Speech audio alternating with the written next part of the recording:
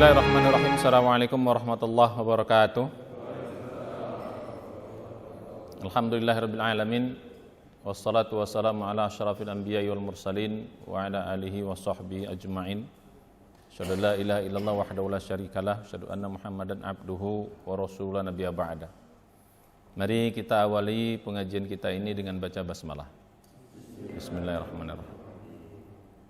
Puji syukur senantiasa kita panjatkan kepada Allah Subhanahu wa taala yang masih terus memberikan nikmat kepada kita, masih memberikan kesehatan, umur yang panjang dan juga kesempatan sehingga kita bisa hadir di majelis yang mulia ini dalam rangka thalabul ilmi tentunya. Dan sekarang kita pelajarannya bab tafsir ya. Tafsir mengkaji kitab Safatut Tafasir karangan Muhammad Ali As-Sabuni. Ya, kita sudah masuk kepada episode yang ke-6 ya dalam surat Al-Fatihah ini, atau secara umum sudah masuk kepada episode yang ke-7. Ya, kita bersyukur masih diberi umur, mudah-mudahan kita juga tetap diberikan nikmat iman, nikmat Islam, nikmat menuntut ilmu hingga akhir hayat kita. Mudah-mudahan saat kita semua nanti dipanggil, kita dipanggil dalam keadaan husnul khatimah. Amin ya rabbal alamin. Salawat dan salam marilah kita sampaikan kepada junjungan kita semua Nabi besar Muhammad sallallahu alaihi wasallam, dan juga kepada keluarga beliau, para sahabatnya, serta umat yang setia mengikuti jejak langkah akhir kiamat. Mudah-mudahan kita semua istiqomah mengikuti sunnah beliau semaksimal kita bisa. Mudah-mudahan kita diberi kesempatan Allah untuk mendapat syafaat dari Nabi di hari kiamat nanti dan bisa masuk dalam surganya Allah. Amin ya rabbal alamin. Ya, kaji kita pada kesempatan kali ini ya masih membahas surat Al-Fatihah, sekarang sampai pada ayat yang ke-4 ya, yaitu tentang Maliki Yaumiddin. Ya, bagi para pemirsa yang menyaksikan acara ini, penuntut ilmu yang menyaksikan baru bergabung, silahkan lihat pelajaran sebelumnya ya, episode sebelumnya. Ya, sekarang kita membahas surah Al-Fatihah, kajian secara bahasa, al-lughah. Ya, masih bab secara bahasa, kajian Safatut Tafasir. Sekarang membahas surah Al-Fatihah tentang ayat yang ke-4 dari surat Al-Fatihah, yaitu Maliki Yaumiddin. Nah, di dalam kitab Safatut Tafasir, Maliki Yaumiddin itu beliau hanya menjelaskan kalimat ad-din, kalimat yang ketiga. Kan Malik Yaumiddin itu ada 3 kata, Malik, Yaum, ad-din. Ya, beliau Muhammad As-Sabuni ya hanya mengambil yang terakhir. Dia merasa Malik itu tidak perlu dijelaskan, Yaum tidak perlu dijelaskan, mungkin dianggap sudah paham. Langsung dia masuk menjelaskan tentang ad-din. Ya, tapi kalau saya berpikir ada juga baiknya kita menjelaskan sedikit 2 kata yang sebelumnya ini, karena kalau menurut orang Arab mungkin mudah langsung paham, tapi mungkin bagi kita sedikit penjelasan, walaupun dalam kitab Safatut Tafasir ini tidak dijelaskan kalimat Malik dan kalimat Yaum, tapi saya pikir perlu sedikit saya jelaskan untuk menambah pemahaman kita, pengetahuan kita tentang 2 kata ini. Ini kata Malik, kata Yaum, nanti baru kata din. Ya, jadi kita akan baca nanti teks Arabnya dari kitab ini ketika kita bahas ad-din, tapi 2 kalimat ini atau 2 kata ini saya akan jelaskan sendiri. Ini kita ambil juga dari kitab tafsir At-Tabari ya, juga At-Tabari, Ibnu Katsir, juga ada Al-Qurtubi ya, dijelaskan kalimat ini. Yang pertama kalimat atau kata Malik. Ya, terjemahannya kalau dalam bahasa kita Malik itu penguasa. Ya, penguasa, hari pembalasan itu teksnya. Malik Yaumiddin, Malik penguasa, Yaum hari, ad-din pembalasan. Nah, tapi kalau dalam tafsir-tafsir ada 2 cara membaca ini. Termasuk juga dalam qiraah ya, cara membaca Al-Fatihah. Ya, secara umum, secara garis besar ada 2 mazhab ya yang mayoritas membaca 2. Pertama dibaca Malik panjang Itu yang biasa kita baca di sini. Ya. Tapi juga bisa dibaca pendek ma-nya, Malik. Ya, Maliki Yaumiddin. Mungkin pernah dengar ada imam atau ustadz yang membaca pendek Maliki Yaumiddin. Ya, tidak panjang seperti kita Maliki Yaumiddin.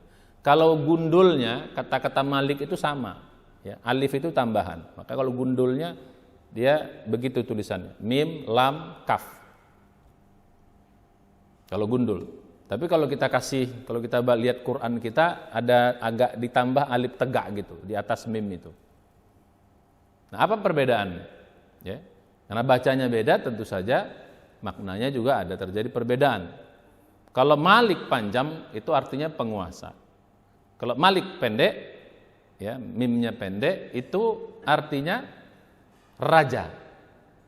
Nah, malah kita katakan Malik Hussein, Malik Faisal yang datang kemarin kalau orang. Jadi Malik itu pendek. Al-Malik pendek itu artinya raja. Jadi boleh diterjemahkan penguasa hari pembalasan atau boleh juga raja hari pembalasan. Ya kalau bagi kita sih beti lah ya, beda tipis. Tapi ini perlu dijelaskan. Ya. Karena dalam beberapa tafsir itu suka membedakan kalau setiap raja itu pasti penguasa, setiap penguasa belum tentu raja, katanya begitu. Ada yang mengatakan begitu. Kalau raja itu pasti penguasa, tapi kalau penguasa itu belum tentu raja.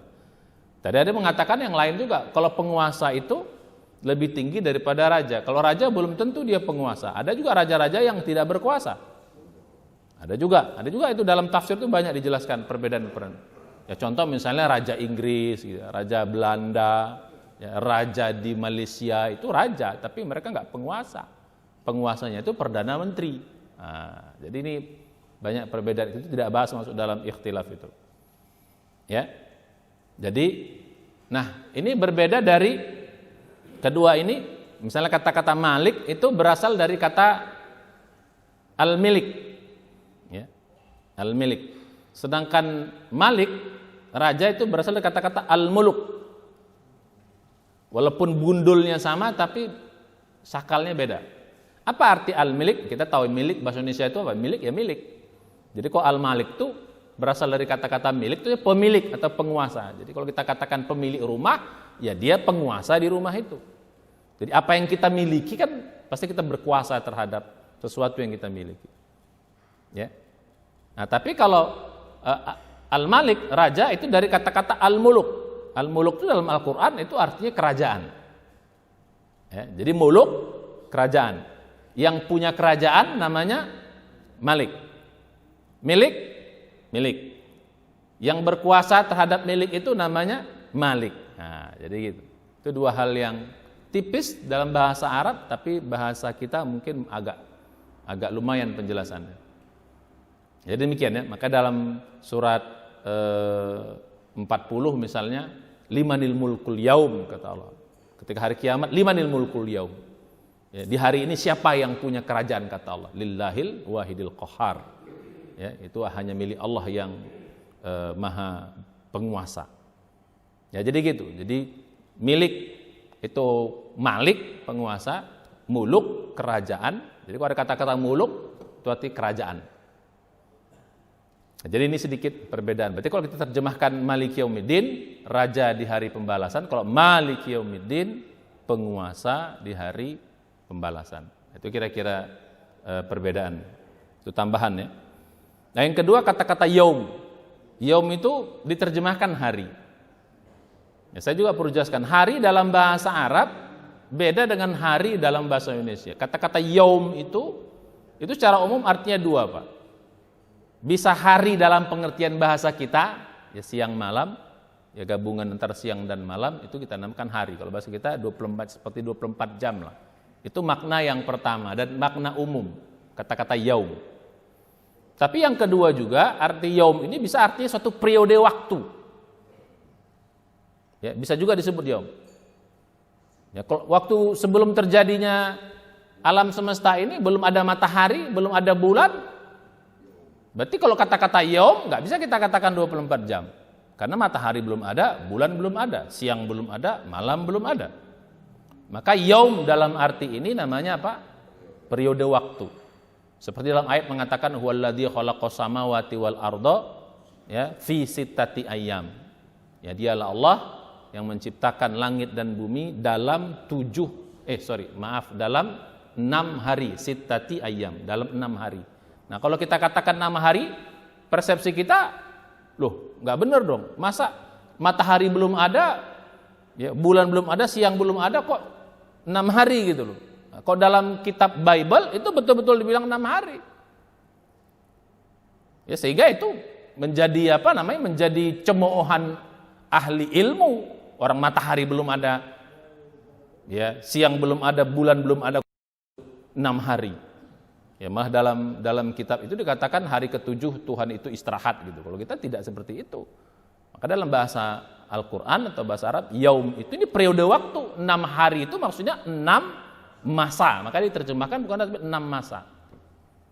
6 periode masa. Nah, satu masa itu dalam Al-Quran juga sering macam-macam. Dalam Al-Quran dikatakan inna yauman inda rabbika ka'alfi sanatin. Satu hari di sisi Allah itu bisa dengan 1000 tahun. Nah, jadi Al-Quran juga memberikan pembandingan. Jadi masa itu bisa 1000 tahun, bisa malah dalam surat Al-Ma'arij itu satu hari itu sama dengan 50.000 tahun. Ka khamsina alfasana. Seperti satu hari malaikat naik turun membawa urusan dari langit ke bumi ini sama dengan 50.000 tahun hitungan manusia. Nah, jadi yaum di situ ya bisa diartikan satu periode waktu. Makanya kalau kita berkatakan hari kiamat, ya, itu berarti apa? Suatu periode waktu yang panjang. Enggak seperti kita siang malam. Jadi kalau hari kiamat ya satu periode waktu yang panjang. Maka kita katakan hari kiamat atau hari akhirat. Nah, sehingga dalam Al-Quran kita memahami kata-kata hari itu seperti itu. Jadi ada yang memang maknanya persis seperti pemahaman kita satu hari 24 jam, siang dan malam, tapi juga bisa satu periode waktu, tergantung konteks dari pembahasan kita. Jadi kalau dalam ayat ini hari pembalasan, ya, penguasa hari pembalasan, berarti hari yang dimaksud itu adalah hari yang periode waktu yang panjang. Ya, kita nggak tahu berapa lama itu. Ada yang mengatakan, ya kalau kita baca dari bermacam keterangan itu maksudnya hari yang tak terhingga. Mengapa disebut hari doang? Karena memang nanti di sana nggak ada siang malam. Satu hari itu sampai sepanjang begitu terus. Karena udah matahari sudah tidak ada seperti yang kita sekarang. Ya, langit itu diganti dengan langit yang baru, bumi itu diganti dengan bumi yang baru. Nggak seperti kita sekarang ada langit yang siang malamnya ada. Nah, jadi begitu. Jadi di neraka itu ya satu hari ya sepanjang hari ya begitu terus, nggak ada siang malam. Karena di neraka, begitu juga di surga. Karena dalam surga itu matahari nggak ada, bulan nggak ada, gitu. La yarawna fiha samsan wala zamharira. Kita lihat dalam surat Al-Insan, surat ke-70, surat ke-76 itu dikatakan nanti di surga itu la yarawna fiha, mereka tidak melihat syamsan, tidak melihat matahari di sana, nggak ada di surga itu matahari. Wala zamhariron, nggak ada juga yang bikin dingin. Nah, jadi kalau tidak ada matahari, tidak ada bulan, berarti apa? Tidak ada siang dan malam. Berarti ya sepanjang waktu itu terang terus. Yang bikin terang itu ada nanti itu cahaya dari yang Allah berikan. Ya, nggak tahu nanti sumber cahayanya dari mana. Pokoknya terang terus. Makanya di surga itu kita nggak ada tidur. Karena kita menikmati terus kenikmatan itu, gak ada tidur. Karena tidur itu berarti kita tidak menikmati. Kalau orang tidur kan berarti tidak menikmati hidup, tidur aja dia. Maka di sana tidak ada tidur. Ya, tidak ada meninggal, tidak ada mati, tidak ada tidur. Karena tidur itu saudara meninggal. Ya, jadi tidur pun kita tidak. Jadi kita menikmati setiap saat kenikmatan yang Allah siapkan. Sudah capek kita dulu di dunia ini beramal, maka di sana kita menikmati. Makanya satu hari itu panjang sekali, gak tahu sampai kapan. Maka disebut satu hari, yaum saja. Makanya hari akhirat itu disebut dengan kata-kata tunggal. Yaum akhirat, yaumul akhir, ya, atau di sini yaumuddin, hari pembalasan. Ya, jadi itu tambahan dari saya ambil dari kitab yang lain, ya, kitab Al-Qurtubi dan yang lainnya, penjelasan seperti ini. Nah, sekarang kita masuk dalam penjelasan As-Sabuni tentang ad-din. Apa arti ad-din? Nah, di sini ad-din itu dijelaskan artinya dalam konteks ayat ini al-jaza, ya, artinya al-jaza. Al-jaza itu pembalasan. Ya. Ad-din itu secara umum artinya dua, Pak. Kalau saya boleh menambahkan dua. Ad-din itu bisa artinya agama, bisa artinya pembalasan. Jadi ad-din maka seperti dinul Islam itu artinya agama Islam. Ya. Contoh lagi ayat lalu mengatakan ya tidak ada agama yang diridhoi Allah ya selain daripada Islam. Innad dina indallahil Islam. Ya, kata-kata din di situ artinya agama. Jadi din itu bisa artinya pembalasan, bisa artinya agama. Ya, jadi begitu. Itu dua. Nah, seperti ara'aital ladzi yukadzibu biddin. Nah, itu bisa dipahami dua. Tahukah kamu orang yang mendustakan, bisa kita katakan mendustakan agama, bisa juga kita katakan apa? Ya, orang yang mendustakan nanti hari pembalasan. Ya, ara'aital ladzi yukadzibu, yang mendustakan ad-din, di situ bisa maksudnya juga mendustakan hari pembalasan. Ya, demikian. Jadi dua makna ad-din. Nah, di sini dijelaskan. Ya. Jadi ad-din maknanya al-jaza, pembalasan. Wa minhu al-hadits kama tadinu tudan. Wa minhu, dan dari kata ad-din ini al-hadis. Ada suatu hadis yang menjelaskan bunyinya begini. Kama tadinu tudan. Ini bunyi hadis. Ya. Kama tadinu tudan. Apa artinya? Kama sebagaimana tadinu kamu memberi hutang, tudan begitu kau dibayar. Itu terjemah, ini perumpamaan, Pak. Ya. Jadi kama tadinu tudan. Jadi ternyata dari sini kata-kata din itu juga berarti memberi utang atau berutang. Jadi kata-kata jadi dalam bahasa Arab adalah kata yang namanya ad-dain. Ad-dain itu utang, Pak. Jadi tipis tuh, walau gundulnya sama. Ad-din maupun ad-dain gundulnya sama, Pak. Huruf da, ya, nun. Lihat nanti dalam surat apa? Dalam surah Al-Baqarah yang surat paling panjang itu, surah Al-Baqarah ayat 282 itu yang paling panjang itu kata-kata ad-din. Ya ayyuhalladzina amanu idza tadayantum bidainin ila ajalim musamma faktubuh. Wahai orang beriman, apabila kamu melakukan transaksi dengan berhutang, idza tadayantum bidainin, dengan berhutang, ila ajalin musamma, sampai waktu yang tertentu, faktubuh, tulislah. Jadi kata-kata ad-din di situ, ad-dain di situ adalah utang. Jadi ternyata agama ini urusannya utang piutang, Pak, rupanya. Nah, dijelaskan dari hadis ini, kama tadinu, sebagaimana kau berhutang atau memberi hutang, tudan, begitu kau dibayar.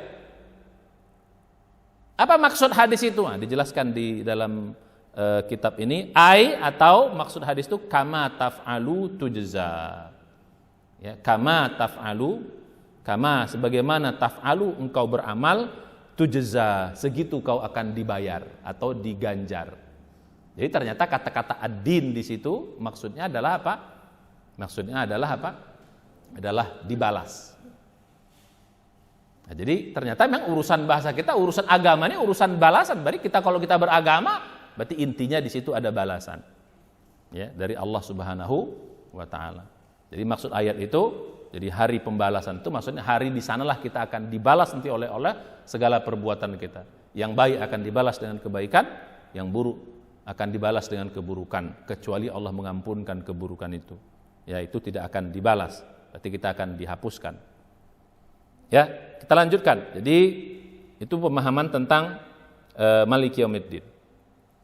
Jadi kita sudah tahu berarti di hari nanti muncul pertanyaan, Ustadz, bagaimana kalau Allah penguasa di hari pembalasan? Kenapa hanya disebut hari pembalasan? Kenapa enggak disebut juga Allah penguasa di mana?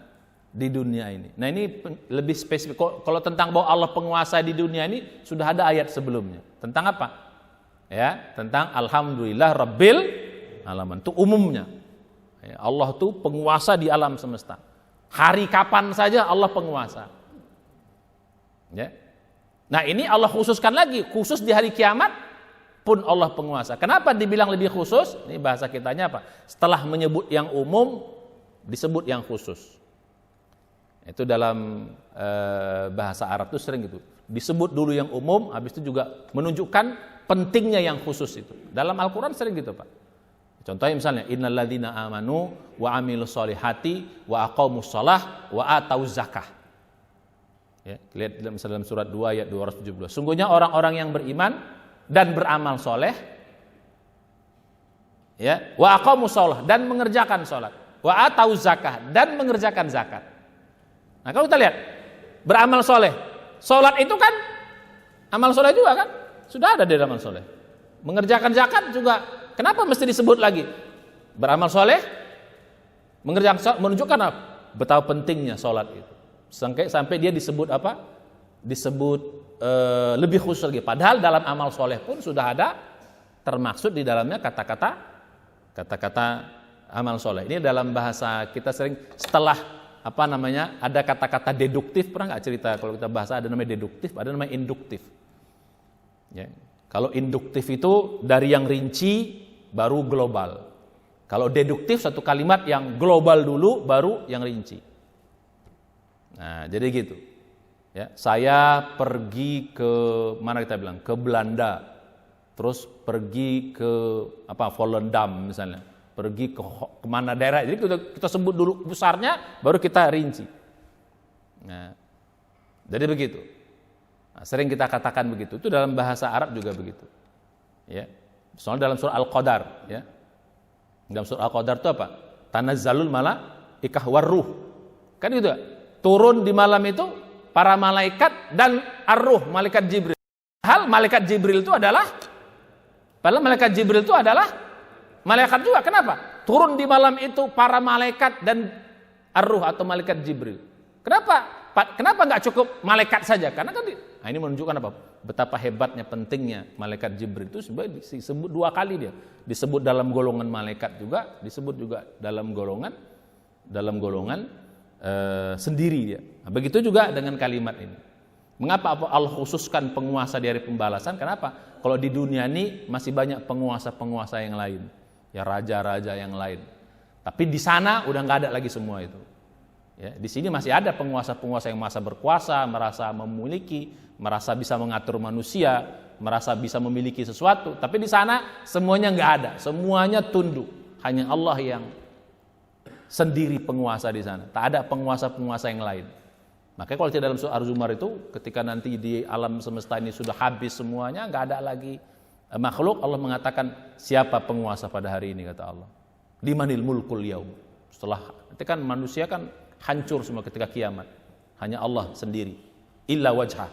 Ya, kullu syai'in halikun illa wajhah. Seluruh yang alam semesta habis kecuali Allah Subhanahu wa taala. Nah, saat itu Allah mengatakan limanil mulkul yaum. Siapa yang berkuasa pada hari ini? Enggak ada yang bisa jawab. Sekali lagi Allah mengatakan limanil mulkul yaum.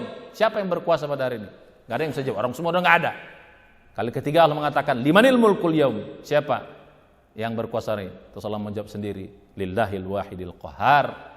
Ialah penguasa adalah Allah wahidil qahar, yang maha esa, lagi maha qahar itu artinya maha penakluk. Nah, jadi kembali kepada yang tadi, di hari kiamat nanti tidak ada semua penguasa, semua raja habis semuanya. Semuanya jadi apa? Jadi budak yang akan dihisap oleh Allah Subhanahu wa taala, yang akan dipertanggungjawab. Makanya dikatakan tadi apa? Kama tadinu tudan. Nanti dari sana betapa kita beramal, segitulah kita akan dibalas oleh Allah Subhanahu wa taala. Selesai pembahasan kita tentang ayat Maliki Yaumiddin. Nah, sekarang kita masuk kepada iyyaka na'budu wa iyyaka nasta'in. Ya, ayat yang ke-5. Ya. Ayat yang ke-5. Nah, sekarang di sini kitab Sifat Tafsirnya hanya menjelaskan na'budu saja. Karena beliau menganggap na'budu ini lebih spesifik. Kalau nasta'in itu sudah umum, semua maknanya orang tahu. Apa arti iyyaka na'budu wa iyyaka nasta'in? Iyyaka hanya kepada Engkau ya Allah, na'budu kami menyembah. Bahasa kita kan na'budu itu menyembah atau beribadah. Ya, wa iyyaka nasta'in hanya kepada Engkau ya Allah, nasta'in kami mohon pertolongan. Nah, di sini lebih dijelaskan kata-kata na'budu. Ternyata pemahaman na'budu dengan ibadah. Misalnya apa arti ibadah? Selama ini kita menganggap mungkin ibadah itu ya sholat apa. Sekarang makna yang lebih dalam, arti ibadah itu apa sih? Nah, dijelaskan di sini. Ternyata makna ibadah itu dalam, Pak. Tidak seperti pemahaman kita selama ini. Nah, di sini dijelaskan apa makna ibadah itu. Nah, dijelaskan na'budu.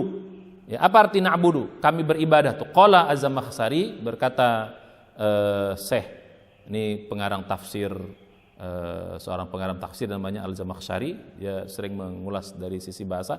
Al-ibadah aqsa ghayatil khudu' wa tadallul. Jadi itu arti ibadah, Pak. Jadi ibadah itu artinya adalah ya, aqsa itu puncak. ujung atau puncak. Aqsa itu puncak atau jauh bisa juga. Maka dikatakan Masjidil Aqsa, masjid yang jauh banget. Ya. Jadi gitu. Jadi disebut dengan Aqsa. Aqsa itu jauh. Jadi al-ibadah itu adalah aqsa, ya, puncak, ghayati, tujuan al-khudu, dari ketundukan. Wat tadallul, kan kerendahan. Jadi beliau menjelaskan bahwa ibadah itu artinya apa? Puncak ketundukan dan kerendahan. Nah, itu arti ibadah apa? Secara bahasa. Jadi secara bahasa ibadah itu artinya apa? Puncak dari ketundukan dan kerendahan. Jadi kalau kita beribadah kepada Allah, berarti kita apa? Ya, berarti sangat banget menundukkan dan merendahkan diri kita kepada Allah. Itu arti ibadah. Bukan begitulah hebatnya arti ibadah itu, Pak. Makanya dijelaskan di sini, walidzalika lam tusta'mal illa fil khudu lillahi ta'ala. Walidzalika, dan oleh karena itu lam tusta'mal, tidak digunakan ibadah itu, kata ibadah itu, illa kecuali fi al-khudu lillah, kecuali ketundukan kepada Allah. Nah, makanya di sini dijelaskan apa? Makanya ibadah itu tidak boleh kepada selain Allah. Kenapa? Kenapa tidak boleh kepada selain Allah? Hanya tunduk yang puncak itu ya hanya kita kepada Allah. Kenapa? Karena Allah yang menciptakan kita. Allah penguasa alam semesta. Jadi pantas kita tidak boleh beribadah kepada selain Allah, kepada patung, kepada bulan, kepada matahari, termasuk pada manusia. Kenapa? Kata kita begitu kita berkata ibadah kepada selain Allah, itu berarti kita merendahkan banget kepada sesuatu itu. Dan tidak pantas itu kecuali hanya kepada Allah Subhanahu wa ta'ala. Itu maksud penjelasan ayat ini. Ya. Jadi demikian. Mengapa Allah yang pantas kita merendahkan diri, paling merendahkan diri kita kepadanya? Li'annahu, karena sesungguhnya dia muli a'zamin ni'am. Fakana haqiqatan bi aqsal khudu.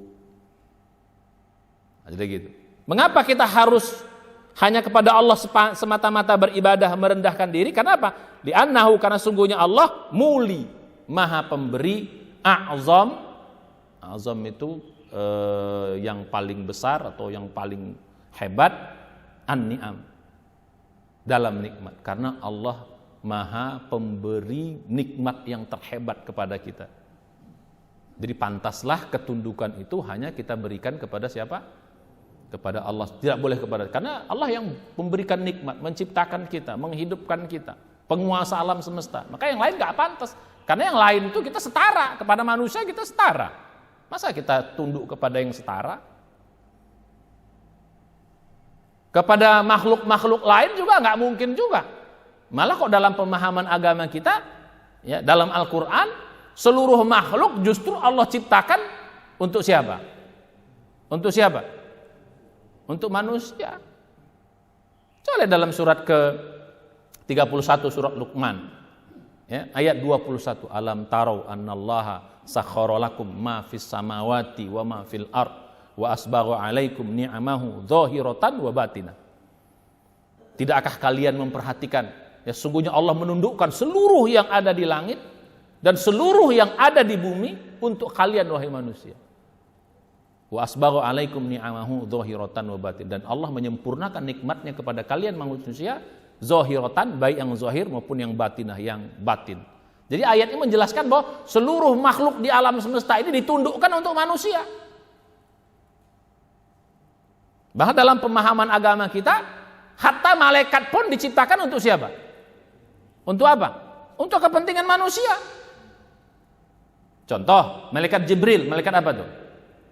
Malaikat apa? Menurunkan wahyu. Wahyunya buat siapa? Manusia. Mana lebih hebat, Pak? Ya, malaikat Jibril apa Nabi Muhammad? Mana lebih hebat? Nabi Muhammad. Lebih tinggi derajatnya. Jadi manusia lebih tinggi. Nabi Muhammad manusia, malaikat. Jadi malaikat itu tugasnya memang kembali kepada manusia. Malaikat apa lagi? Malaikat Israfil. Atau sebelum malaikat Jibril, Mikail. Nah, malaikat Mikail apa? Apa tugas malaikat Mikail? Mengatur rezeki. Rezeki buat siapa? lagi-lagi manusia. Ijrail mencabut nyawa, yang dicabut nyawa siapa? Manusia juga. Malaikat Raqib Atid, apa Raqib Atid? Mencatat perbuatan siapa? Manusia lagi. Malaikat Munkar Nakir bertanya di kubur, siapa yang ditanya?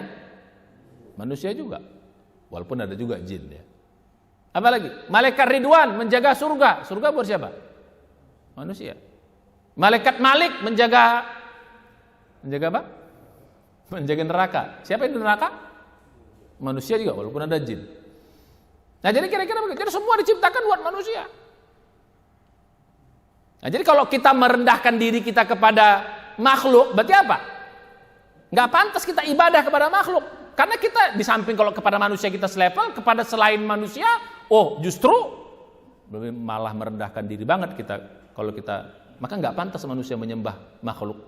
Ya kenapa? Di samping kalau manusia kita selevel, kalau benda-benda yang lain justru kita lebih tinggi. Masa yang lebih tinggi? Makanya Allah paling tidak suka kalau kita merendahkan diri kita. Kamu tuh diciptakan makhluk hebat kok menyembah yang lebih rendah dari kamu. Nggak pantas. Makanya paling pantas kita ibadah itu hanya kepada Allah Subhanahu wa taala. Ya. Nah, ini kita lihat dari penjelasannya. Ya. Jadi kalimat ibadah tidak pantas digunakan kecuali hanya kepada Allah. Berarti kalau kita sandarkan kepada selain Allah, itu menunjukkan kita merendahkan diri kita sendiri dan enggak pantas. Masa makhluk yang tidak punya apa-apa, tidak menciptakan apa-apa kok kita tunduk sama dia. Jadi yang pantas kita tunduk itu hanya kepada Allah yang menciptakan kita dan menciptakan seluruh alam semesta. Hanya kepada Allah kita pantas untuk tunduk. Makna ibadah yang dijelaskan oleh Syekh Muhammad As-Sobuni. Nah, jadi kita sudah tahu apa ya? Jadi supaya tahu makna ibadah itu. Selama ini kita makna ibadah itu apa? Ya, sholat, puasa, kan ya secara umum kayak gitu. Tapi sebenarnya intinya apa? Sholat itu kan ketundukan. Kita sujud, kita apa? Kita ruku, kita duduk, itu kan ketundukan. Puasa juga itu kan kita berlapar-lapar untuk Allah. Jadi kalau kita ibadah tidak niat untuk menundukkan diri kita, itu berarti ibadah yang enggak benar. Atau dalam bahasa lain, kalau ada orang ibadah tapi masih sombong, berarti apa? Berarti ibadahnya enggak benar. Ya. Harusnya ibadah itu membuat kita menjadi tunduk, merendahkan diri hanya kepada Allah Subhanahu wa ta'ala. Tidak boleh kita sombong. Nah, itu kira-kira penjelasan dari makna ibadah. Jadi kita sekarang sudah tahu. Jadi iyyaka na'budu, kalau kita dalam konteks ini berarti apa? Ya Allah, hanya kepada Engkau kami merendahkan diri, tunduk, patuh. Ya. Jadi gitu. Dan hanya kepada Engkau ya Allah kami memohon pertolongan. Nah, kira-kira itulah makna dari Maliki Yaumiddin dalam kajian kita ini, dan makna iyyaka na'budu wa iyyaka nasta'in. Mudah-mudahan ini bermanfaat. Ya, sehingga kalau udah kita tahu ini makin tambah kita faham akan ibadah-ibadah yang kita kerjakan. Jadi ternyata semua ibadah yang kita kerjakan ini dalam rangka ketundukan kepada Allah. Makanya orang tidak mau ibadah itu berarti orang yang apa? Orang yang tidak mau ibadah itu berarti orang yang apa? Orang yang sombong. Dan Allah paling tidak suka sama orang yang sombong. Jadi gitu, orang tidak mau ibadah itu orang sombong. Berarti orang kafir itu orang sombong. Termasuk ya, orang yang tidak taat pun ya orang sombong juga kan. Ketaatan itu kan artinya, makanya dalam penjelasan lain kata-kata ibadah itu adalah apa? Taat. Coba lihat nanti dalam penjelasan surat apa? Surat ke-51 ayat surat Adz-Dzariyat ayat 50. Wa ma khalaqtul jinna wal insa illa liya'budun. Itu tidak kuciptakan jin dan manusia kecuali untuk ibadah. Itu maksudnya apa? Kecuali untuk tunduk, patuh kepada Allah Subhanahu wa taala. Jadi makna lain juga, ini saya tambahkan, kata-kata ibadah itu artinya apa? Tunduk, patuh, taat. Jadi kalau ada orang tidak mau ibadah, berarti orang yang tidak mau tunduk, berarti orang yang sombong. Nah, mudah-mudahan dengan kajian ini kita semakin paham tentang ibadah kita. Jadi kalau ada orang kita sudah rajin ibadah itu supaya kita makin tunduk kepada Allah Subhanahu wa taala. Jadi kalau ada orang yang rajin ibadah tapi masih sombong, itu berarti dia tidak memahami makna ibadah itu. Mudah-mudahan kita semua di tempat ini adalah orang-orang yang senantiasa di samping kita ibadah juga kita melaksanakan hikmahnya, menundukkan diri kita patuh pada aturan Allah yang lain, insya Allah. Demikian mudah-mudahan nanti kita akan lanjutkan kaji kita tentang ayat selanjutnya. pada pertemuan berikutnya. Jadi pada pertemuan ini mari kita tutup dengan baca hamdalah. Alhamdulillahalamin. Subhanallah, sudahlah anta, astaghfirullah. Assalamualaikum warahmatullahi wabarakatuh.